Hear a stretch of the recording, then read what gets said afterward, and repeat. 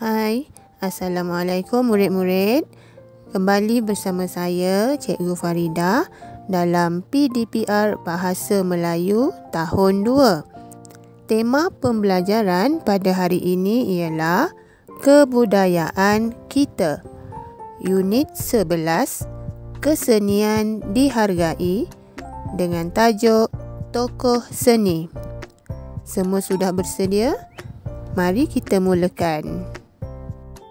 Baiklah, pembelajaran kita pada hari ini berpandukan buku teks jilid 1 halaman 71.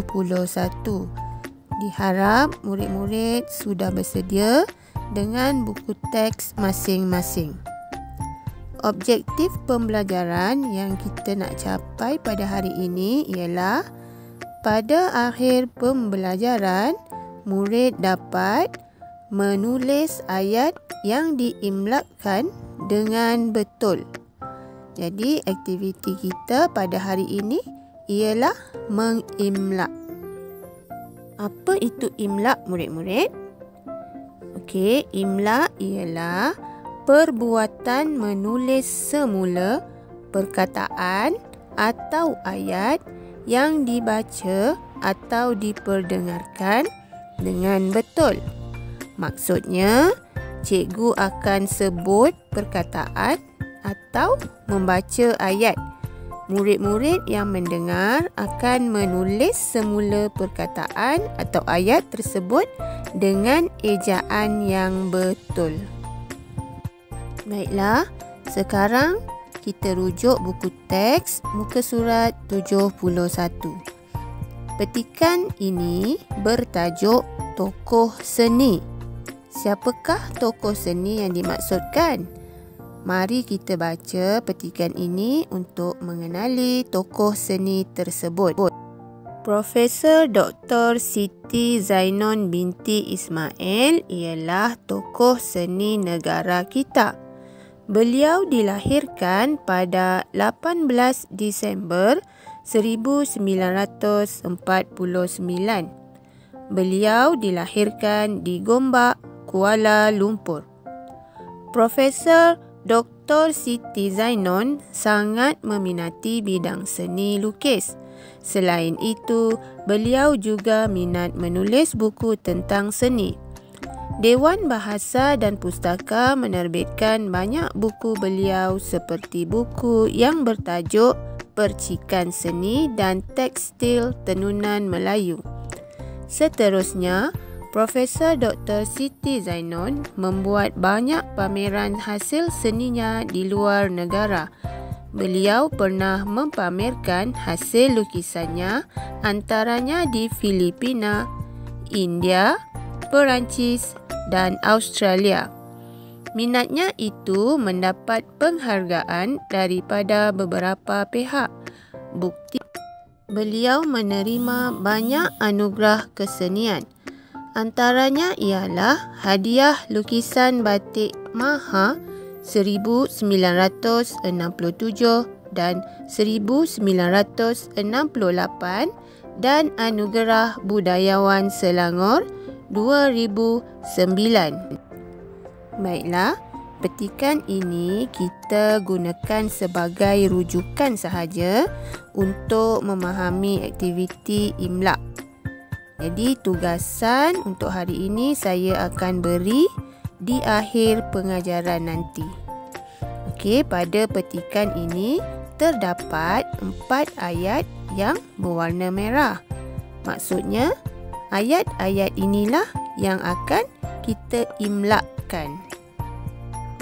Baiklah, ini adalah contoh penulisan aktiviti imlak berdasarkan petikan yang kita baca tadi. Okey, kita baca bersama-sama ya. Yang pertama, beliau dilahirkan di Gombak, Kuala Lumpur. Kedua, Dewan Bahasa dan Pustaka menerbitkan banyak buku beliau seperti buku yang bertajuk Percikan Seni dan Tekstil Tenunan Melayu. Ketiga, beliau pernah mempamerkan hasil lukisannya antaranya di Filipina, India, Perancis dan Australia. 4. Beliau menerima banyak anugerah kesenian. Baiklah, diharap semua murid faham bagaimana aktiviti imla ini dijalankan. Seterusnya, tugasan untuk hari ini, saya minta kamu bersedia dengan buku aktiviti jilid 1, muka surat 81. Baiklah, kita baca dahulu petikan yang terdapat pada buku aktiviti ini. Ini Roslan Madon, penyanyi lagu rakyat dan pendendang syair yang terkenal. Beliau dilahirkan di Temerloh, Pahang pada 20 Julai 1952. Beliau juga seorang penyair, pelakon, pengarah drama pentas dan drama televisyen.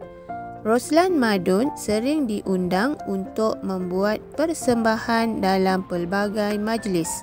Beliau pernah mengadakan persembahan di Singapura, Indonesia, Brunei, Kemboja, Jepun dan Korea Selatan.